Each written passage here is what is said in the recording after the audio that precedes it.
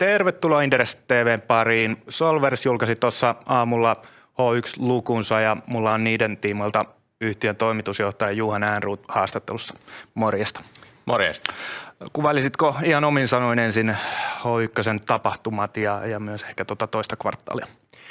Joo, tosiaan H1:llä niin kuin tuossa aikaisemmin sanoin, niin me odotettiin, että Q1 tulee hankala, niin sitten tulikin ja meillä oli näkymä, että pystytään parempaan Q2.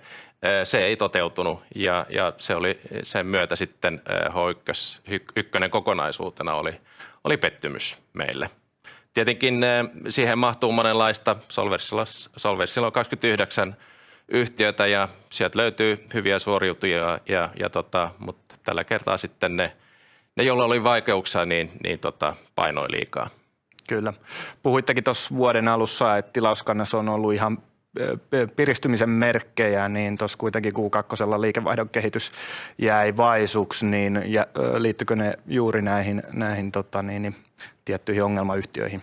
Joo, juuri näin, että tilauskanta on kehittynyt positiiviseen suuntaan ja se tietenkin jakaantuu sitten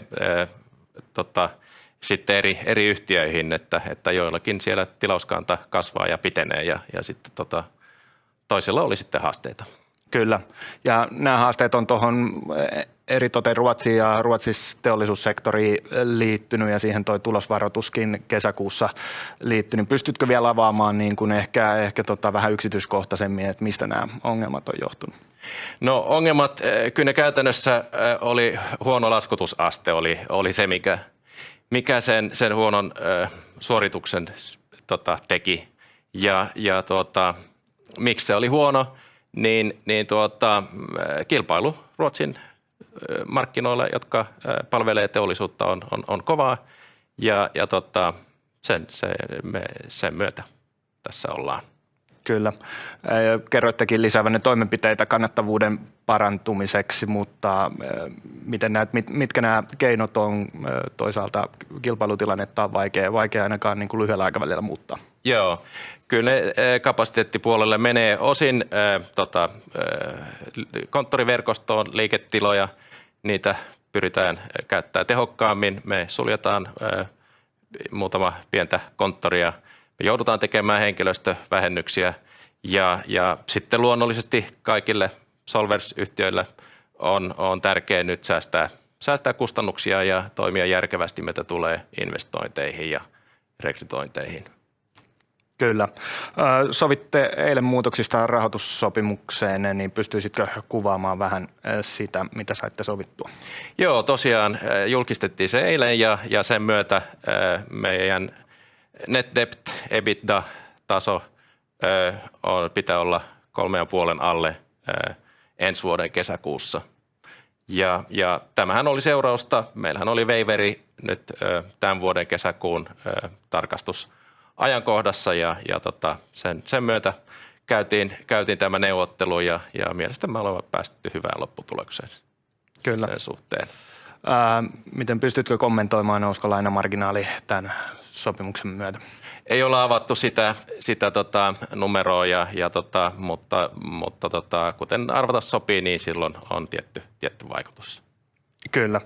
Tosiaan toi nettovelka-käyttökatesuhde 3,5 takaisin ensi vuoden kesäkuun loppuun mennessä noissa nykyehdoissa on, niin tuleeko tämä sun näkemyksen mukaan nettovelan laskusta vai sitten käyttökatteen noususta enemmänkin? Kyllä se siinä käyttökatepuolella sinne sen pitää tulla ja siinä meillä on tekemistä ja parantamisen varaa. Kyllä. Onko se nimenomaan täällä Ruotsissa vai näetkö, että siellä myös Suomen yhtiöissä on? No kyllä me nähdään, että se suurin parannuspotentiaali on nimenomaan siellä Ruotsissa, mutta luonnollisesti pyritään parantamaan tahtia joka puolella. Kyllä. Puhuitkin tuossa, että kilpailutilanne etenkin siellä Ruotsissa on ollut tiukka, niin jos miettii tuota tilauskannan laatua, niin onko sinne nyt päässyt sit huonokatteista työtä tämän kilpailutilanteen myötä kasaantumaan?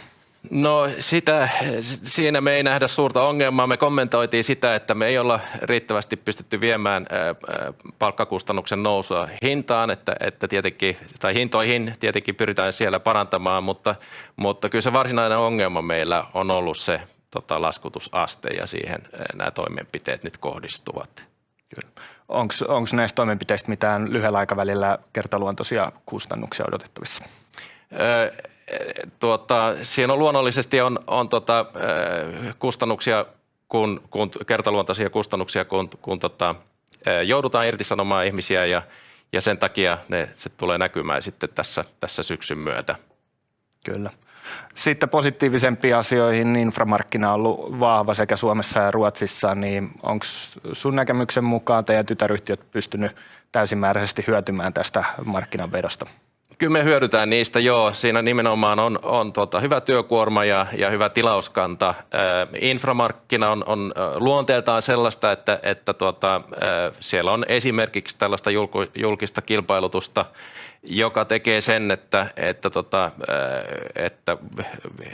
hinnoilla aina kilpaillaan, kun töitä voitetaan, mutta me kuitenkin nähdään, että me ollaan päästy sellaisiin projekteihin, joilla me pitkällä aikavälillä pystytään sellaiseen hyvään tasaiseen suoriutumiseen sillä saralla. Kyllä. Miten eteenpäin näet on inframarkkinan? Jotkut kilpailijat on kommentoinut esimerkiksi kaupunkikuntapuolella niin ehkä kysynnän heikentymistä nykyhyvältä tasolta, niin näetkö sä siinä tai miten ne näkymät siinä infrapuolella? No kyllä meidän osalta näkymät ovat edelleen hyvät siinä, että meillä on paljon työtä siellä vielä edessäpäin. Kyllä. Tosiaan peruutitte ohjeistuksen tuossa kesäkuussa ja nyt ette antanut uutta tässä vaiheessa, niin mitkä on ne konkreettiset asiat, mitä pitää tapahtua ehkä näkymissä tai muuta, että sitten loppuvuonna mahdollisesti semmoisen annatte? No kyllä mehän ollaan sanottu se, että meillä on useat yhtiöt, jotka toimii tasaisesti ja suoriutuu tasaisesti.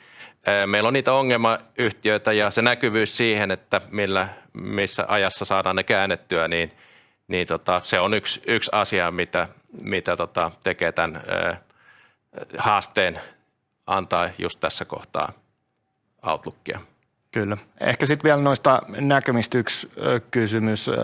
Tuo arkkitehtipuolella niin osat yhtiöt on antanut jo verrattain positiivisiakin kommentteja markkinan kehityksestä, niin miten se puoli näkyy Suomessa ja Ruotsissa? No Suomessa me, niin kuin mainittiin tuossa aikaisemmin, me ollaan nähty pientä virjäämistä siellä sellaista isoa muutosta ehkä vielä meidän osalta näy Suomessa.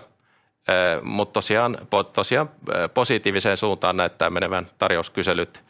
Ruotsissa me ollaan aika pieni arkkitehtipuolella ja ehkä just sen yhtiön osalta ei tällaista isoa muutosta näy ihan vielä meillä siellä. Selvä. Kiitos haastattelusta. Kiitoksia.